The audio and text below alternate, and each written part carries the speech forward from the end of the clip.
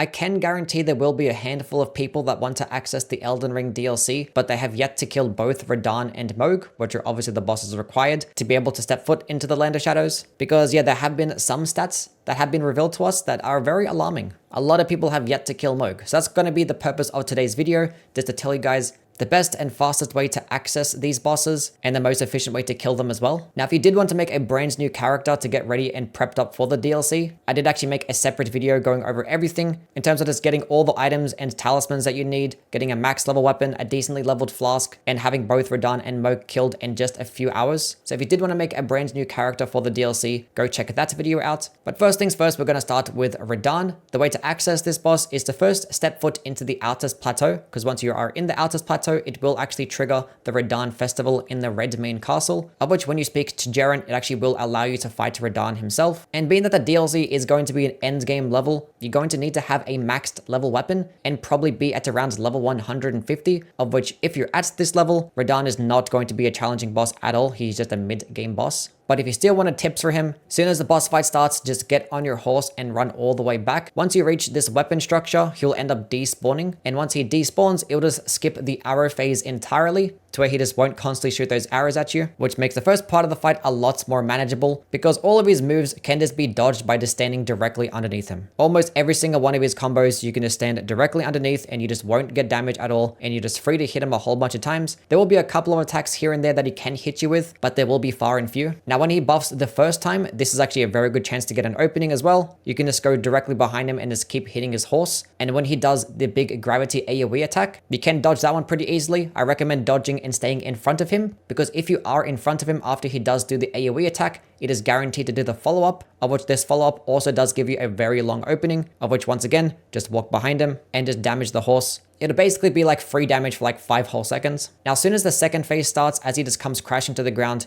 if you are close enough to him, he will like instantly buff, of which he slams his weapon into the ground to buff it with this cool rock crag blade effect. And this attack can also be easily punished by just staying behind him and just damaging the horse once again. Now, the second phase is a bit more challenging because he does mix up a lot of these like wave gravity attacks, of which all of these attacks can just be jumped over. It can be a bit tricky when he does that big gravity tornado attack because it can have like a lingering effect. You can dodge the first one pretty easily, but the second one might be a bit challenging, of which I recommend just dismounting or mounting onto your horse at a standstill position, because when doing this, you'll get a bunch of iframes and you can counter a lot of his attacks very easily this way. Honestly, I wouldn't recommend summoning for this boss fight because it does make it to where it's very hard to read his movements, and you'll keep redirecting his attacks back and forth between you, and it can be a lot harder to manage. But either way, he's not going to be too big of a challenge.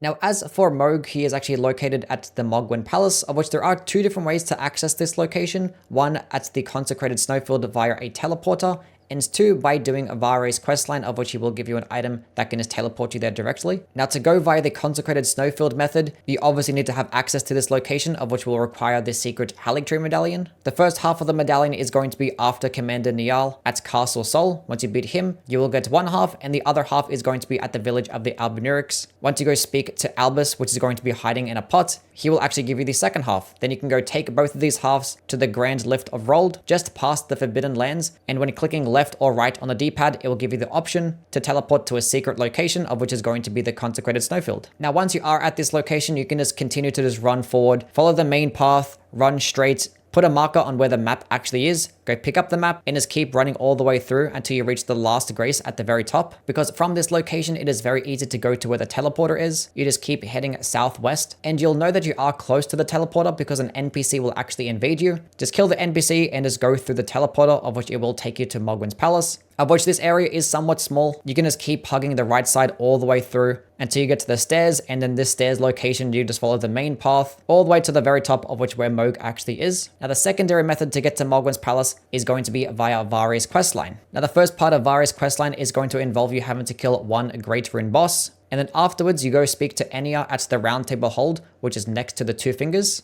And that will actually make VARRE teleport to the Rose Church in Liurnia of the Lakes. And at this point, you're going to need recusant fingers, because you will need to actually invade. There is going to be an online method and an offline method. The online method is going to involve you having to invade 5 times. You don't have to kill the host. All you have to do is just successfully invade 5 times. And the offline method is going to involve killing a particular NPC that is located in the Outest Plateau. Now, to get recusant bloody fingers, you actually can go straight to VARRE himself, which is at the Rose Church. and he will give you 5. A quicker method is to just buy some recusant bloody fingers at the merchant next to Fort Height. If you are going to do the offline method, you only need 1, but you can buy a couple just in case you do die. But just to keep it simple, I recommend just going straight to the Rose Church to speak to VARRE. But to reach this particular NPC invasion point, you can either go to the Bridge of Iniquity, which is located somewhat close towards Mount Gelmir, and just run across the bridge and go head to the Wraithblood Ruins. If you don't have Mount Gelmir unlocked, I'm going to show you how to get there from the forest spanning bridge. I'm pretty sure most people will have at least this grace. You can just go through the teleporter, go hug left and go all the way down until you'll see some platforms that let you go down the cliff, of which you just keep following the path to reach these ruins, of which there will be a red summon sign on the ground, and that is going to be the invasion point. Once again, as long as you have 1 recusant bloody finger, you can actually go invade here, but you just go ahead and kill the invader. He is going to be somewhat annoying because he is an NPC, but he is going to be leveled for mid-game, so he's not going to have much health. Now, upon killing him, you do have to go return back to VARRE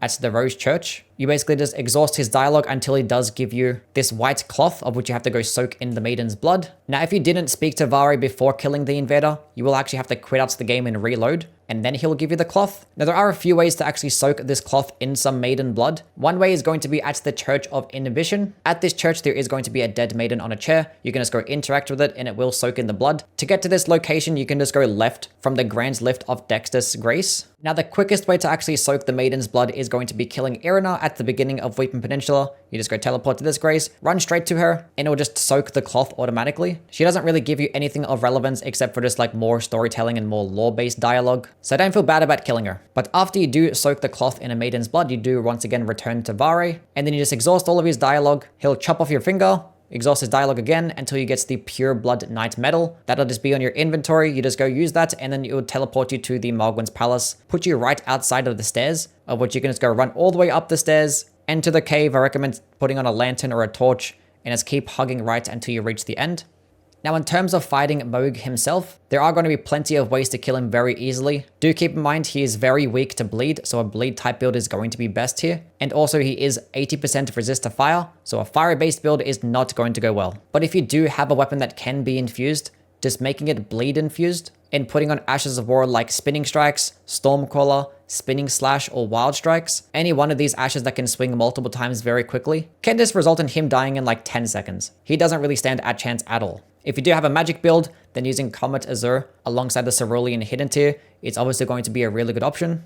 And if you do have a Faith build, you can just constantly spam projectiles as long as they're not fire-based projectiles, because once again, he is 80% resist to fire damage. Now, if you did want tips for this boss fight in terms of reacting to its moveset, there isn't really going to be like a bunch of simple methods. It is just going to involve having to know its moveset and dodging its attacks. But for the first part of the fight, almost all of his melee combos is going to either result in him slamming down the weapon or doing a backwards swing. Every single time he does his backstep swing, that is going to result in an opening. He won't actually do a combo afterwards. So feel free to attack once he does use that move. Now, when he does slam his weapon into the ground, that is going to be another opening, of which I recommend being more to his side, because if you're standing directly in front of him, he will actually lift the weapon up, and that does have a hitbox, and you can get punished that way. When the second phase starts and he slams the weapon to the ground, it actually will do an AoE explosion, of which you can't punish that attack, you will have to dodge. And the timing of the dodge can be a bit tricky. You basically just like wait like 1 split second after he slams the weapon to the ground and you just dodge. Other attacks to watch out for is going to be this rain shower attack. There's basically nothing you can really do in this situation if you do not have a projectile. So you basically just like run away and just wait for it to finish. There is going to be this like melee ranged fire AoE attack. This one you can actually strafe it to the right and you won't actually take any damage.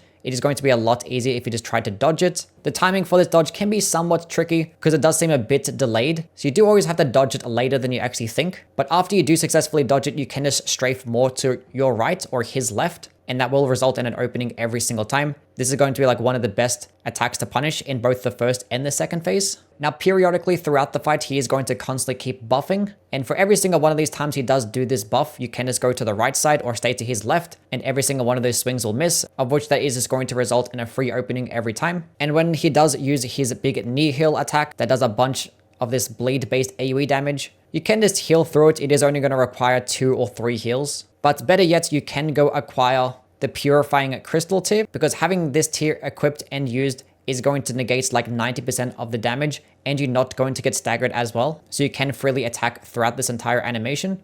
Now, to get the Purifying Crystal tier, you are going to need to go to the second Church of Marika in the Outers Plateau. There will actually be an invader there in Eleonora. You can just go kill Eleonora and she will drop it. Now, Eleonora isn't always going to invade there. You need to at least either have Mountaintop of the Giants unlocked, or I believe you also can do Nedgerus's questline, and that can progress Eleonora's questline, of which she can invade. But when the second phase starts, it is going to result in Mohg having a lot of these blood flaming attacks. For almost every attack in this second phase, you do want to dodge forwards, because if you dodge backwards, the blood flaming attacks will actually get you. So for a lot of the second phase, you do want to be somewhat aggressive and be closer to him. There is one instance of which where you do want to dodge backwards, and that is for one of his jumping attacks that he does get, where he throws out the blood flame and flies towards you. For that attack, you do want to dodge backwards twice, because you will actually eventually dodge into where he is going to be. And in most cases, this attack also does result in an opening. He does get a couple of other types of jumping attacks. Some of them appear when you're really far away from him, and these ones can be kind of annoying, so that's another reason as to why you should just be closer towards him. But there is this one jumping attack that he does get that just slams the weapon vertically, and this attack is very easy to dodge. In fact, you don't even need to dodge it. All you gotta do is like just strafe a bit to the left or the right, and it will result in an opening every time. One other attack to watch out for is going to be the quick poke. He actually has a couple of poking attacks, one that he charges up and like lunges forward really far, and one where he just does a little quick poking attack that doesn't really go that far. Every single time he does this quick poking attack, he always results in spinning the weapon in this follow-up animation, and that does result in high amounts of damage as well, so do be wary of that one. But everything else as to do with the fight is going to result in you just having to time your dodges correctly. I do recommend being somewhat aggressive, because if you stay further backwards, he's just going to spam a bunch of projectiles. And also, when he is very passive, he is going to walk backwards, but he walks backwards pretty fast, of which you can't really like hit him with regular light attacks. So I would always just wait for him to do an attack first before actually attacking yourself. If you do have a very quick weapon, you probably can get away with a running attack, but in most cases, I would just wait for him to swing first.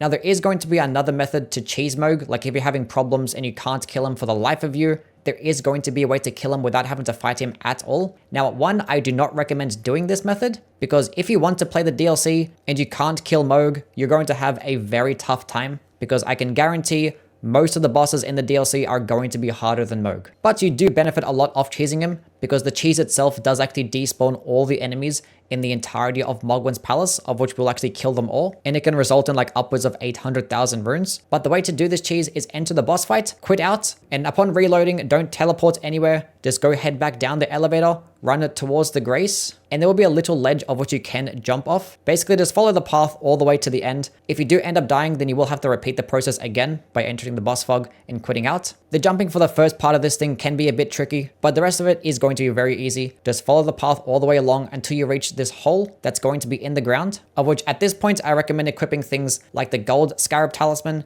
and the gold pickled foulfoot, because with these things, it can result in a lot more runes. Also, do make sure that you have a weapon equipped in your right hand. And at this point, you just jump through the hole, make sure you actually double jump as well, and you just continuously fall down. And while falling down, you just keep spamming the R1 button, because it'll end up prolonging the fall and you won't end up dying to fall damage. And the more that you fall down, it'll end up just like deloading all of the actual areas in the terrain, and all the enemies will end up falling to their deaths. After a couple of minutes of falling, you will notice that all of these enemies have died. And at this point, you can just go open up your map and teleport out. Anyway, that is the video now done and completed. It is actually going to be the last one before the DLC actually comes out in a couple of days. One thing that I do want to mention is that I am going to be making a group password for everyone actually going through the DLC. The password is just going to be Yui. The benefit of having a group password is that everyone that has this password as well is going to have like highlighted messages and highlighted bloodstains, so you can see exactly what's going on with everyone that has this password itself, and you can get boosted runes for every single person that does kill a boss with this password. So yeah, if you did want to get a whole bunch of boosted runes, go put in Yui in the group password section. But yes, there will be a lot of DLC content coming out along the way, so definitely do subscribe for that, and do follow me on Twitch as well if you do want to see my first playthrough. Anyway, catch you guys around. Bye.